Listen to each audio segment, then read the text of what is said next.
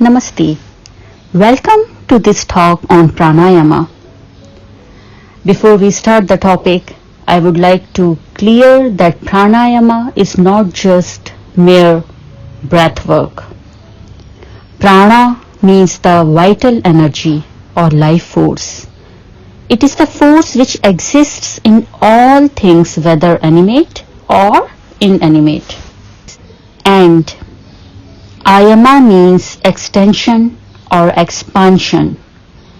Thus, the word pranayama means extension or expansion of the dimension of prana. Although it's closely related to the air we breathe in, however, it's more subtle than air or oxygen. It has far wider implications. To understand it better, prana is that energy which lies within the body and makes up the mind-body complex at its various levels of subtlety. It is this aspect with which we are interested in during the practice of pranayama. Therefore, pranayama should not be considered as mere breathing exercise aiming at introducing extra oxygen into lungs. Pranayama utilizes breathing to influence the flow of prana in the nadis, the energy channels of the pranamaya kosha, also known as our energy body. The science of yoga and physiology agree that there are various energies within the body. For example, nervous energy, heat, biochemical energy, etc., which function in the different parts of our body. These energy allow all the different organs, nerves, and muscles to operate and communicate with the brain. Without them, the physical body and brain would not be functional. These energies can be classified as various forms of prana, and pranayama works on all of them. The techniques of pranayama provide the method whereby the life force can be activated and regulated in order to go beyond one's normal boundaries or limitations, and they attain a higher sense of vibratory energy and awareness. We all know that the breath is the most vital process of the body. A human body can survive without food to a certain limit of time, without water to a certain limit of time, but to survive without air is not possible beyond few seconds or minutes. It influences the activities of each and every cell, and most importantly is intimately linked with the performance of brain. Most people breathe incorrectly. They use only a small part of their lungs capacity. Their breathing is then generally shallow, depriving the body of oxygen and prana, which is essential to its good health. Rhythmic, deep and slow respiration stimulates good health. Irregular breathing disrupts the rhythm of the brain and leads to physical, emotional and mental blockages. These in turn leads to inner conflict and unbalanced personality, a disordered lifestyle and disease. Pranayama helps by establishing regular breathing patterns, breaking this negative cycle. It does so by giving us control of the breath and re-establishing the natural, relaxed rhythm of the brain, which in turn relaxes the body and mind. Although breathing is mainly an unconscious process, conscious control of it may be taken at any time. Consequently, it forms a bridge between the conscious and unconscious areas of the mind. Right?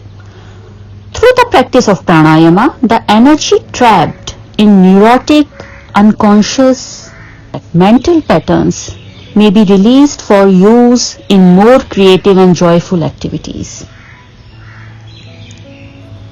Now, I am going to discuss how pranayama is related to meditation.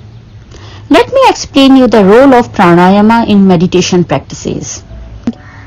Pranayama is an indispensable tool.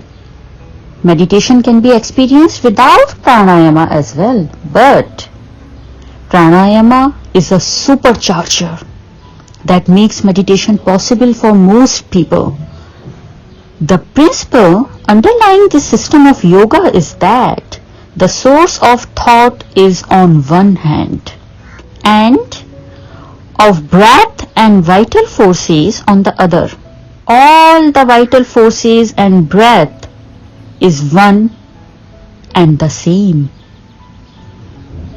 In other words, the breath, vital forces, the physical body, and even the mind are all no more than the forms of energy or prana. Therefore, if any one of them is effectively controlled, then the others are automatically brought under control.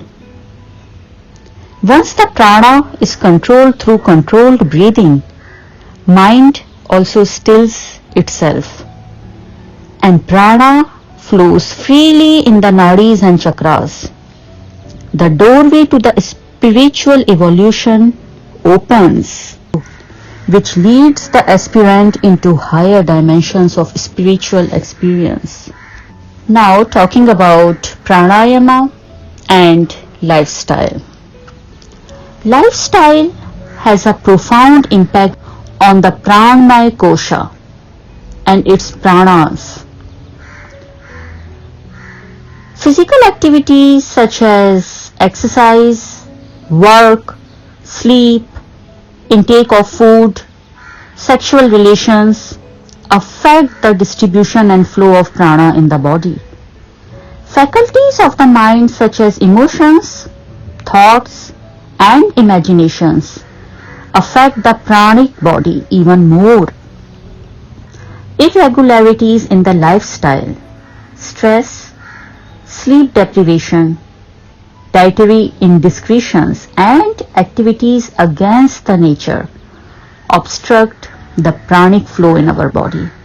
This results in what people experience as being drained of energy. You might have heard people saying, I feel so low. I feel as if my energy is drained. This is the main reason behind this. Depletion of energy in a particular prana leads to the devitalization of the organs and limbs as well, whatever it governs, and ultimately to disease and metabolic dysfunction. The techniques of pranayama reverse this process, energizing and balancing the different pranas within pranamaya kosh. The science of pranayama is closely connected with the autonomic nervous system as well, and it helps to balance the functioning of nervous system. That is why they are very important practice before meditation, and when you experiment with them, you would observe their effects and discover calm and relaxation in the body and in turn in the mind. That's why I strongly recommend practicing pranayama before the practice of meditation, and you will see the effects.